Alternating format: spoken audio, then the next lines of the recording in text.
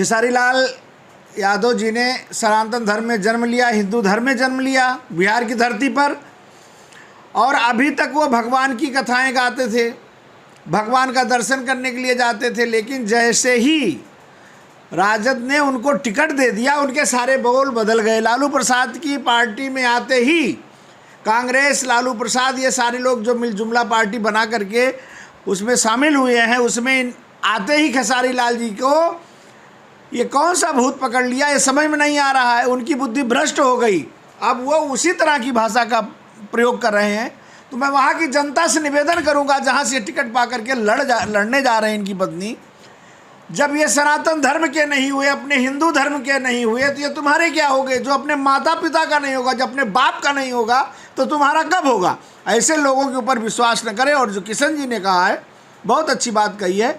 महाभारत में भी भाई भाई थे, लेकिन लोलुपता में आकर के, लालच में आकर के, जबकि अर्जुन युधिष्ठिर ने एक गांव पर ही सब्र कर लिया था, मुझे एक ही गांव दे दो, उस पर भी नहीं संतोष हुआ, तो परिणाम क्या हुआ? महाभारत हुआ और सारे लोग मारे गए।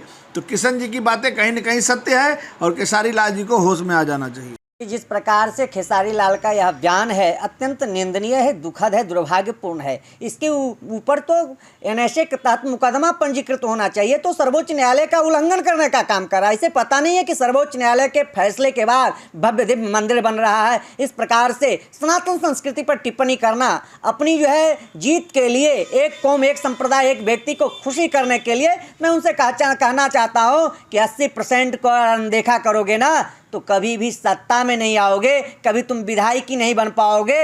और इस प्रकार का विचारधारा रहेगा तो तुमको संपूर्ण हिंदू जनमानस जो है बर्खास्त करेगा और तुम्हारे द्वारा किए गए किसी भी फिल्म या किसी भी गाने को नहीं सुनेगा, तो 2 कौड़ी के मोहताज हो जाओगे। और जो रवि किशन जी ने जो कहा है वह 100% सही कहा। महाभारत यह साक्षात जीता जागता उदाहरण है। जो धर्म पथ पे चलेगा वही विजय होगा, चाहे वह विधर्मी हो, अपना ही क्यों न हो। अगर विधर्मी है, वह पद भ्रष्ट है, वह सनातन संस्कृति का विरोधी है, तो उसे तिरस्कार कर देना चाहिए। यतो धर्म ततो जय, सत्यमेव जयते, सत्य ही विजय होगा। असत्य हर समय पराजय हुआ है, पराजय रहेगा। सनातन संस्कृति पर कुठाराघात करने वाले का डमी डोज हो रहा है और हो जाएगा, कभी भी वह सत्ता में नहीं आएगा।